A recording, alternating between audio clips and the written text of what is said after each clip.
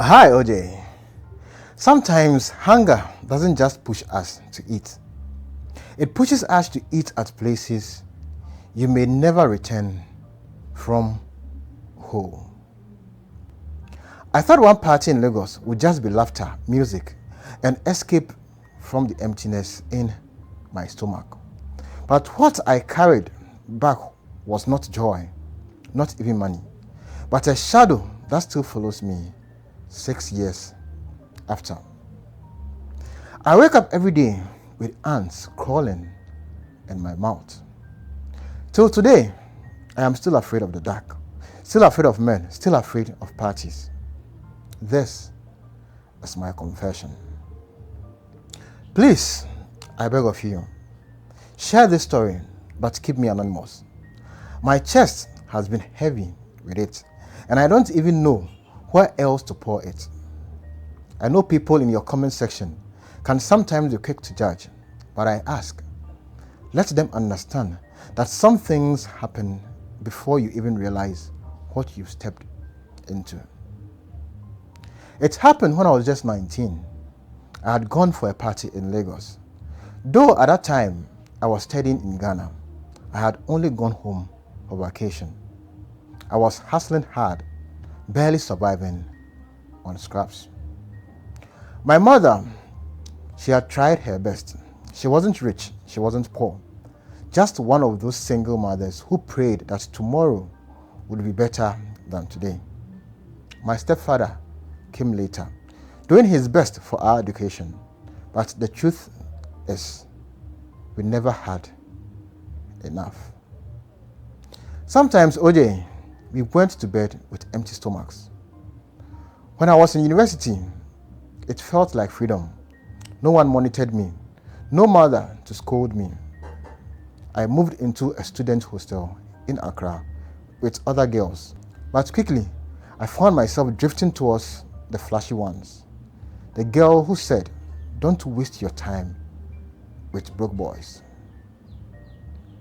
If you want to shine, follow us. Hunger and desire for freedom made me follow. One night, my friend dragged me to a party in Lekki. She warned me, "Come dressed to kill." These rich men don't waste time. If they want you, they want you. I bought a tight dress that wasn't even my size, ashamed yet desperate. When we arrived, champagne was flowing like water. Whiskeys lined the table, and the air was thick with perfume and lust. That was where I met him, the man not from our country. He was maybe 35, well-dressed, handsome in a way that made me uneasy. He bought me a drink, asked me where I was from, and I told him. He laughed, saying, "So you like fine things, eh?" Then without hesitation, he said, "I will give you 6 million naira tonight. Just sleep with me." OJ, at that moment, I had only 5,000 naira in my account. My mother had sent me 150 the week before with the note, "Use this wisely. I have no more." Hunger spoke louder than my conscience. Before I could even think, I agreed. We didn't even leave the house. He pulled me into a spare room. The sex was struggle, quick, rough, almost ritualistic. At one point, I swear, his eyes disappeared. I looked at him, and what I saw in his face wasn't human. When it was done, he stuffed the money in my bra and whispered, "Let's go another round." That was when the room began to spin. Lights swirled. My body grew heavy, and I blacked out. The next thing I knew, I woke up in my own room in Accra. Though I had never told him where I lived, my mouth was crawling with ants. Real living ants. I spat them out in horror. My friend refused to believe me until I showed her the dead ant stuck to my pillow. wet with saliva. Do you think I will carry ants and chew them just to scare you? I asked her. Weeks passed and it didn't end. I would wake up with scratches between my thigh as if something or someone had touched me in the night. It happened over and over again, 4 times, until one day a classmate invited me to her church in Kumasi. It was a tent revival. I didn't even explain my story, but the prophet looked at me and said, "You swallowed something spiritual. Your body is now a doorway. The ants are messengers, demons that carry spirits." I broke down in tears. He asked me plainly, "Did you take money for sex?" I couldn't even answer, but he nodded knowingly. Then he said, "This strange man used you in a ritual.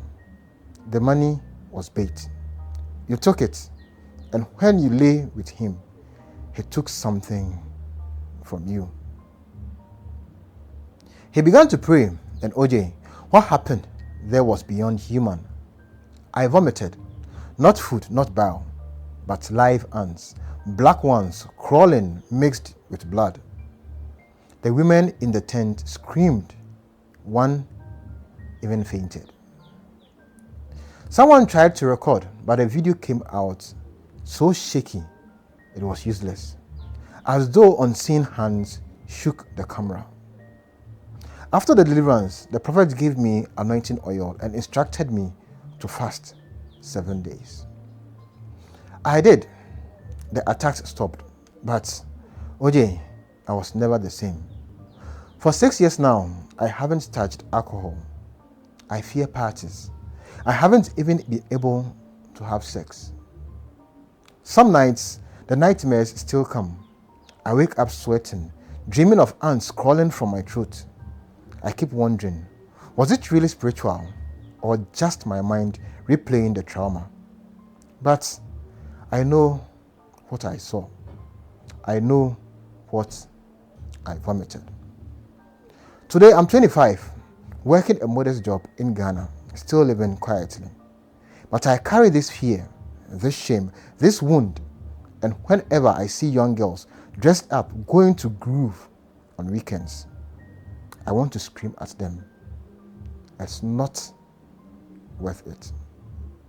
That freedom you are hungry for might cost you more than hunger ever did. This is my confession. OJ, please let the people hear and learn. Go and learn. We're going to learn the hard way. This is Youranonymous OJ, and if you are new here, I would like you to like, subscribe, share, comment, and hype this channel. And tell somebody about Youranonymous OJ. I'll see you in our next confession.